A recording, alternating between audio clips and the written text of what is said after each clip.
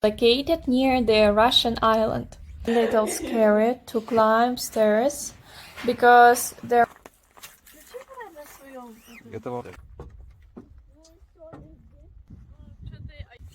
Hey guys, today we will go on a very interesting adventure on the island of Helena, which is located near the Russian island. This place is only 6 kilometers away. It takes about 20 minutes to drive from my house. Helena Island is located in the Peter the Great Bay of the Japanese Sea, about 6 kilometers south of the center of Vladivostok.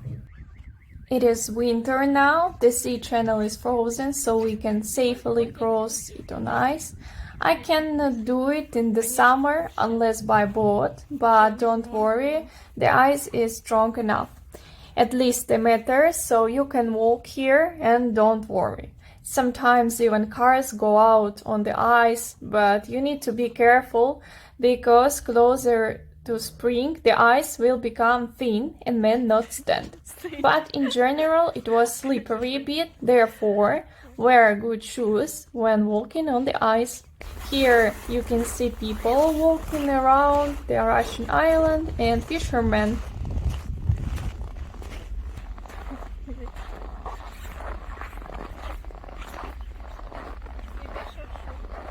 Since the end of the 19th century, military personnel have been stationed on Helena Island.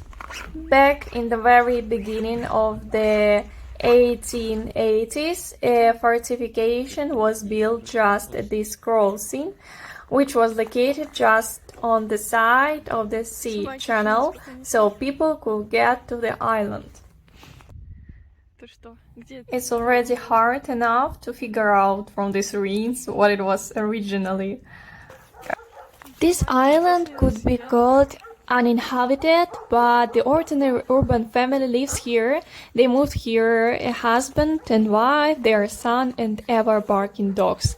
I was a little scared, especially when we got too close. They left the apartment in Vladivostok and began to live in one of these places. Who knows, maybe one day I will try to interview them. I was also told to show this toilet. It's very important, okay.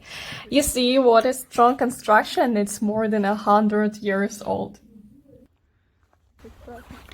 And now let's go to see the former military facilities of Helena Island soon.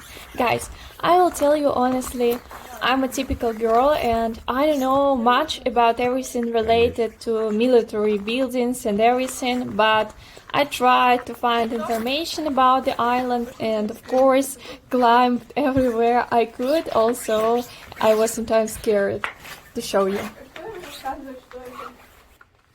For example, this building is a former barracks where soldiers used to live.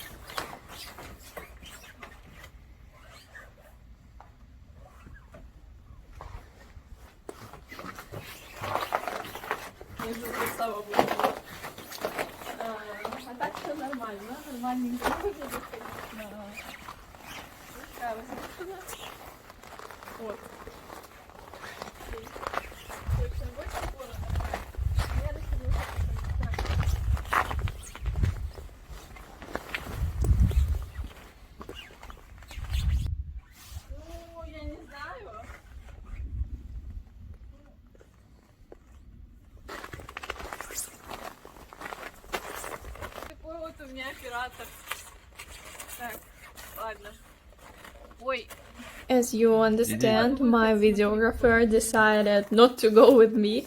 Well, probably this is a wise decision. As you can see, all these buildings look similar. They don't have a roof.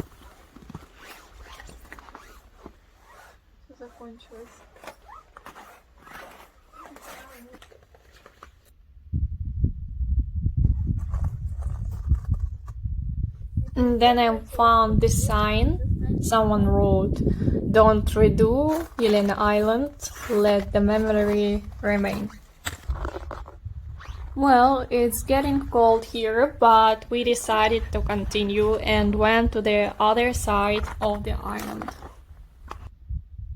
In Soviet times, until 1986, a radio engineering unit was located on Helena Island, where intelligence officers worked. They collected materials about the enemy.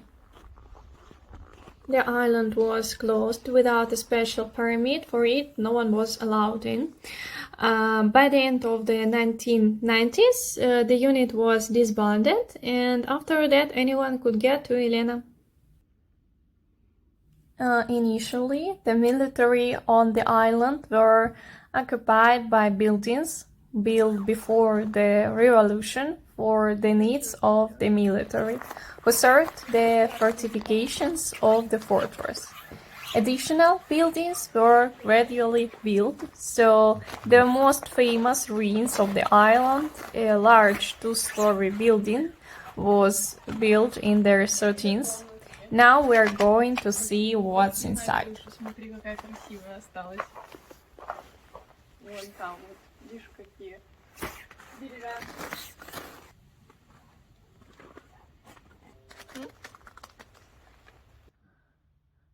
Of course, as always, we find the names of tourists who wanted to leave a reminder about themselves. This building here is the most beautiful, not yet completely destroyed building of the Marine Radio Detachment number 4.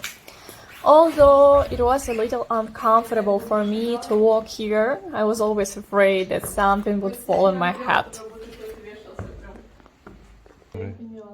There is a beautiful balcony there, but we wouldn't be able to reach it. I was a little scared to climb stairs because there are no walls, and because of this, when you look down, dizziness begins.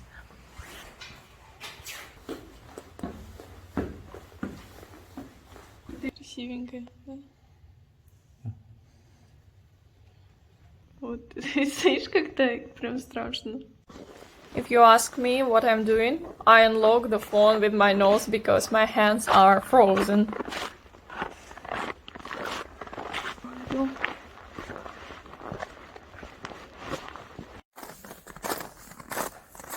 Now we are approaching the fortress of the southern Vladivostok battery.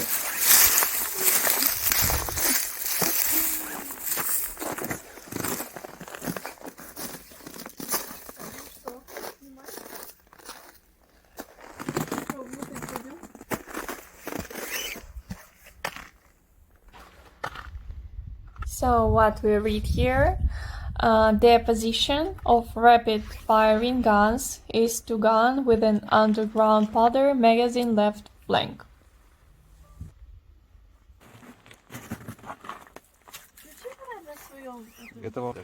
So now we'll see what's under the ground. There is nothing interesting inside, everything is closed, there are leaves on the ground. I was afraid suddenly what could be under them. Now we have reached the opposite side of Helena Island. You see it's already very beautiful sunset. Opposite there are rocks called earth. Supposedly it looks like earth, but I didn't saw it. Guys, tell me if you could make out.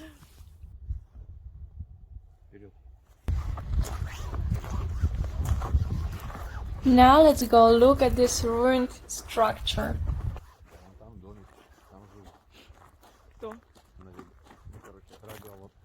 Of course, it wouldn't have been me if I hadn't climbed in there.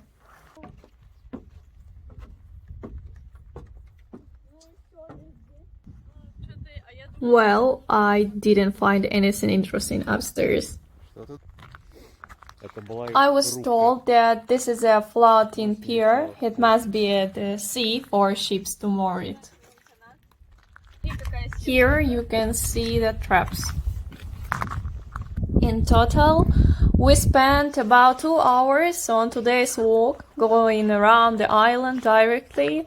That is, we reached the other shore. I definitely wouldn't have gone for a walk here alone because I have a bad orientation in the forest and it's a bit scary in here. I could have got lost. So, why is this island called Helena? According to legend, it got the name in honor of daughter of the owner of the brick factory, which stood near the village Podnozhye. According to another version, the island got its name because of its external similarity to the island of Saint Helena in the Atlantic Ocean, where Napoleon Bonaparte lived out his days and was buried. But these are all versions and legends, and where this name actually came from is still unknown. Thank you guys for watching this video. Hope it was interesting. Don't forget to subscribe.